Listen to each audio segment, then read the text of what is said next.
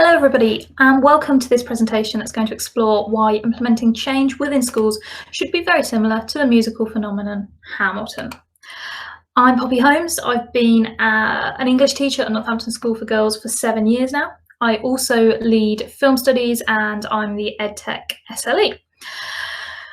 NSG is a fantastic school, but until recently we had one disturbing parallel with Hamilton, and that was the way we were using technology across the school. It had disturbing parallels with the technology of the early 1800s.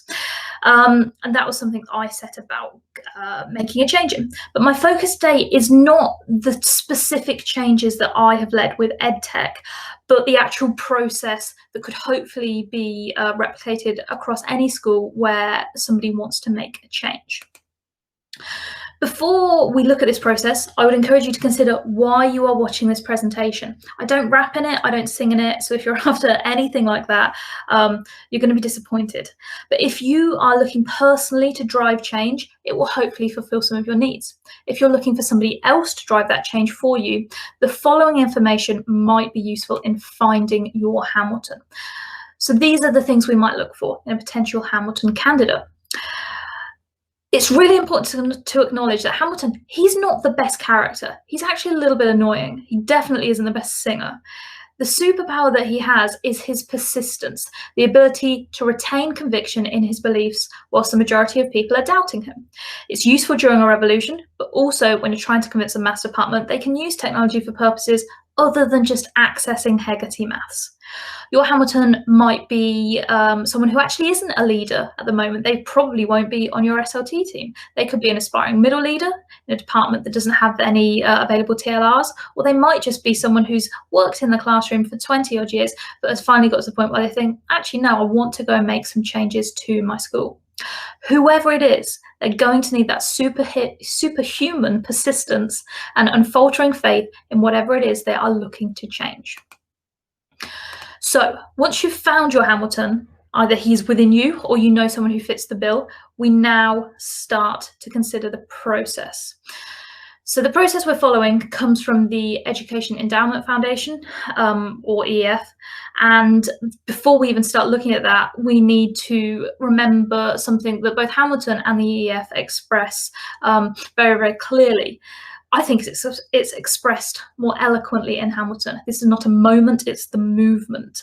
The EEF say treat implementation as a process, not an event, which, you know, it's the same sort of idea, just less easy on the ear, I guess.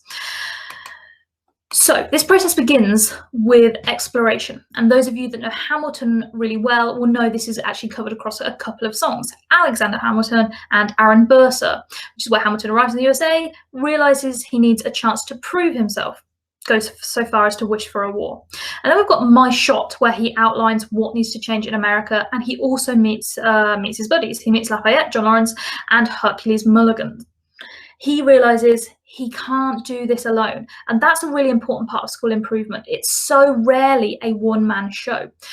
In my case, the real heavy lifting that was required to even consider being able to make a change came from my head teacher, who had to make a compelling case to our governors that we needed to invest in some new technology. Without that happening, I wouldn't have been able to implement my desired change to the way we approach EdTech. And that came in the form of we responsibly recycled all of our quite old laptops. And every member of teaching staff now has a Surface Pro to use instead. So once you know that your change is possible, you now might consider who is going to help you with that, who your squad is.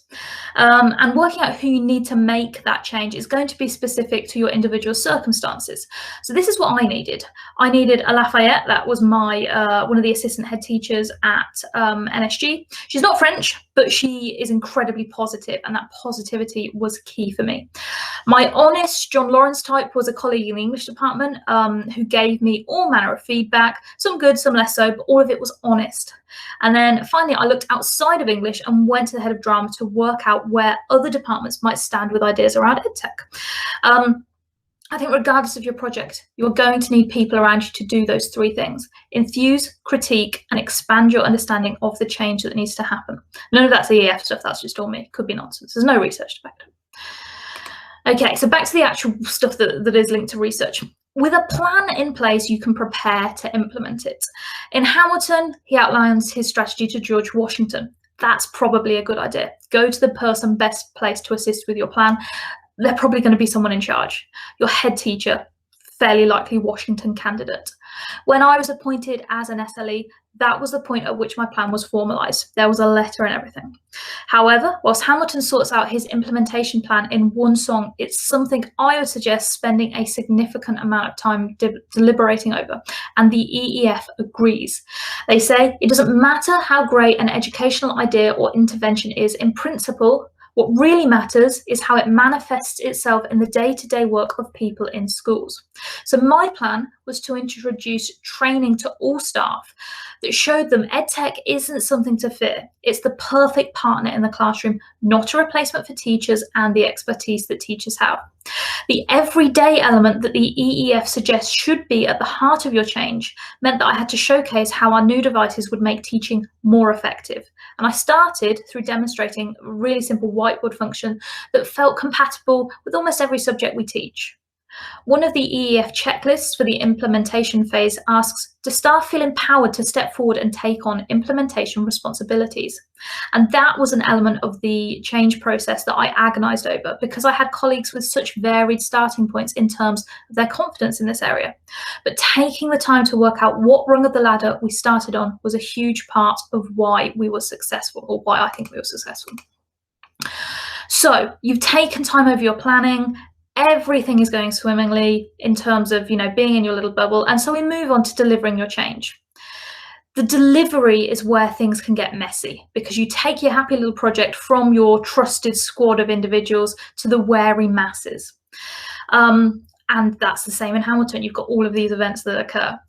As I was attempting to put my change into place, we obviously had a pandemic. Now, this was actually a blessing and a curse.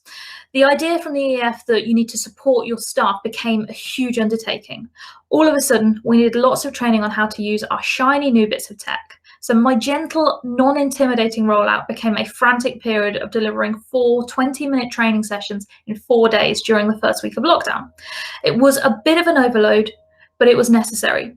The issues I then had stemmed from some colleagues feeling overwhelmed, but were solved with simple adaptation and trust. Essentially, I trusted my colleagues to self-assess their own IT needs into either emerging, solid, or expert, and then differentiated their training accordingly.